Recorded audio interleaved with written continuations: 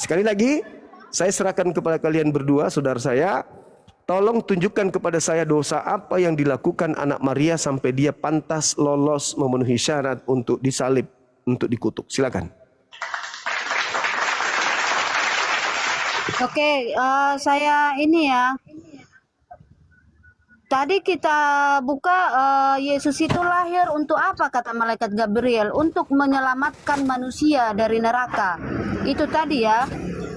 Jadi Yesus itu diutus oleh Allah Bapa, ya, diutus oleh Allah Bapa untuk menyelamatkan umatnya, ya begitu ya.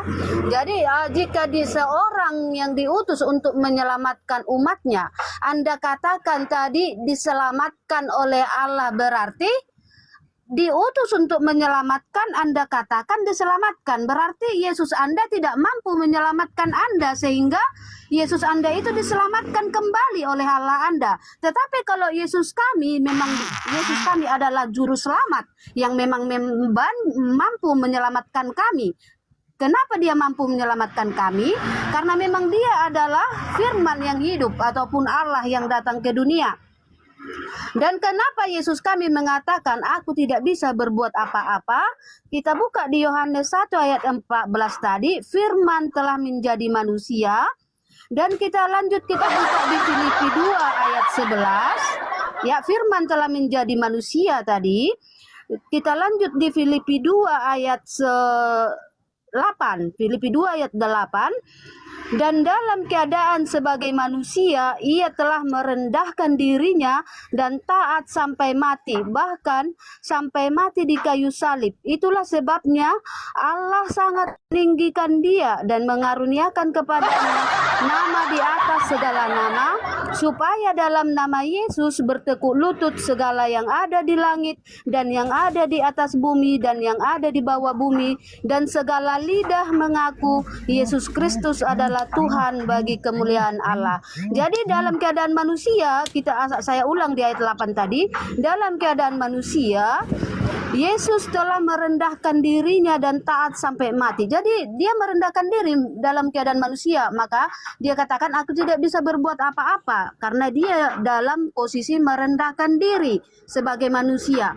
Karena dia katakan apa yang selayaknya manusia, bukan sebagai Allah, karena Allah bukan manusia. Begitu. Jadi kalau perkataan Yesus sebagai manusia, ia tidak bisa berbuat apa-apa karena dalam posisi merendahkan diri. Begitu dia, Bang Juma ya. Tetapi karena pertanyaan saya, ya bentar. Tolong dijawab pertanyaan saya. Karena Yesus merendahkan dirinya taat sampai mati, maka Allah Bapa mengaruniakan kepadanya segala lidah mengaku Yesus Kristus adalah Tuhan. Dah, itu. Oke, Bang Juma. Pertanyaan saya, tolong dijawab. Anda kan cuman, ya kayak tadi yang pertama, Anda cuman mengkawin-kawinkan antara Yesus kalian dengan Yesus kami, anak Maria. Anda cuman mengkawin-kawinkan, cocok-cocokkan. Sekarang pertanyaan saya, supaya Yesus yang turun menjadi manusia itu adalah Yesus kami, Anda harus membuktikan, ada tembok tinggi yang harus Anda lalui dulu. Apa itu? Bukti bahwa Yesus kami memiliki dosa yang pantas untuk dikutuk oleh Elohim. Ada enggak? Jawab itu dulu. Gini Bang Juma, saya tidak ngerti siapa Yesus kalian gitu.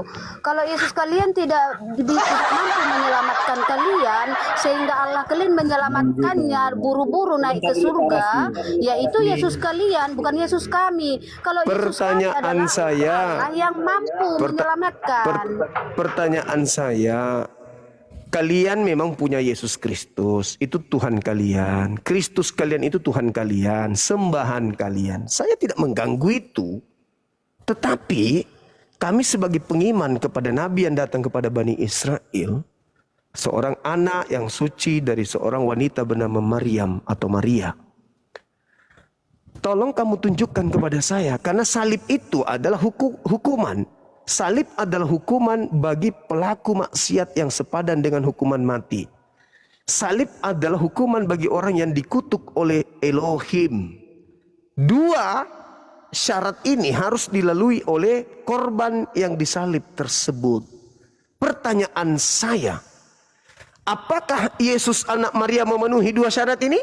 melakukan dosa yang sepadan dengan hukuman mati, dan dikutukkah dia oleh Elohim? Apakah Yesus memenuhi dua syarat ini? Silakan Anda jawab.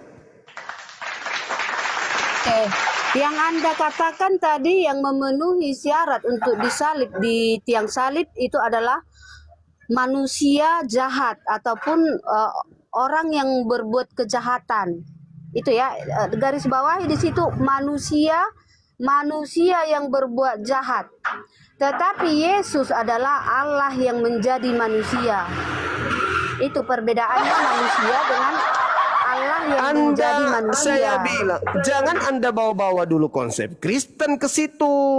Saya sudah mendudukkan Tuhan Anda adalah yang berkuasa, Tuhan Anda berkuasa di langit dan bumi, Tuhan Anda begini dan begono, Tuhan Anda jadi manusia, mengosongkan dirinya menjadi manusia. Silakan aja dengan konsep itu, silakan.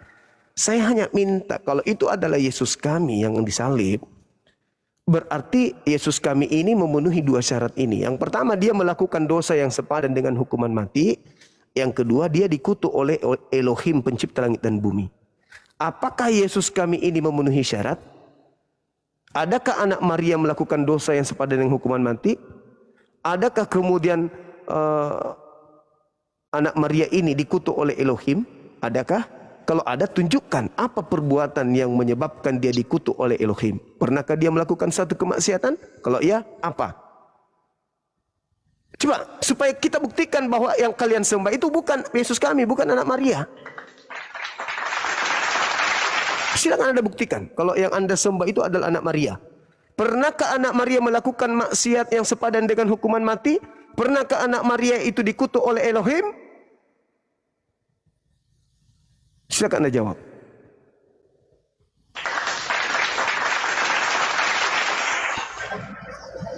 Oke, anak Maria tidak pernah dikutuk oleh Elohim karena dia datang untuk menyelamatkan manusia. Ya. Bagaimana ceritanya Anda ini? Dia datang menyelamatkan manusia dengan cara datang kepada Paulus, menyembah dia. Mereka orang-orang diselamatkan oleh Yesus yang datang kepada Paulus, wajib hukumnya menyembah dia dan mengatakan dia mati disalib untuk dosa-dosa mereka. Itu Yesus yang datang kepada Paulus, bukan anak Maria itu. Dan tapi Anda memaksa kalau itu adalah anak Maria. Tapi mulut Anda sendiri mengatakan anak Maria tidak melakukan dosa apapun. Berarti yang disalib bukan anak Maria. Karena syarat untuk disalib harus memenuhi dua ini. Pertama, melakukan dosa kemaksiatan yang sepadan dengan hukuman mati. Ulangan 21 nomor 22, 23. Kedua, dia wajib hukumnya dikutuk oleh Elohim. Anak Maria tidak memenuhi syarat. Berarti bukan dia yang dikutuk di atas tiang salib. Sampai sini paham? Karena anak Maria itu Tuhan. Nah, itu yang Anda maksud Tuhan yang datang ke Paulus. Anda kira anak Maria. Anda menggabungkan antara dua Yesus. Karena kalian itu penumpang gelap. Kalian bukan murid Yesus yang asli anak Maria. Kalian adalah orang luar dari aule, tempat pengajaran Yesus anak Maria. Kalian cuma datang setelah ditiup. Ditiup oleh siapa? Oleh iblis yang datang kepada Paulus. Baptis mereka, baptis. Sudah, kau percayalah itu bahwa yang mati itu Yesus, anak Maria. Sedangkan ketika Anda ditanya, apa dosa anak Maria? Sampai dia harus dikutuk dan disalib. Anda nggak bisa. Malah Anda mengatakan nggak ada. Kesimpulannya bukan anak Maria yang disalib. Karena dia tidak memenuhi syarat itu. Yang memenuhi syarat adalah orang yang berkhianat, makan suap, orang fasik. Itu yang memenuhi syarat untuk disalib. Ulangan 27 nomor 25. Terkutuklah orang yang makan suap. Sedangkan yang dikutuk adalah orang yang makan suap. Yesus makan suap? Enggak. Jadi yang terjadi Bu Rasmi, kalaupun yang disalib itu bom-bom, begitu sampai di mimbar gereja, bom-bom ini berubah menjadi anak Maria. Tuhan kami datang, dia hidup, dia lahir, dia dibunuh, karena pada saat itu dia belum jadi Tuhan. Bom loh ini. Apalagi iblis. Bom Anda lapis dengan pakaian Yesus anak Maria bisa. Apalagi iblis. Makanya dalam 1 Yohanes 4 nomor 1, ujilah setiap roh. Jangan kau percaya, sebab nabi-nabi palsu. Nabi aja bisa.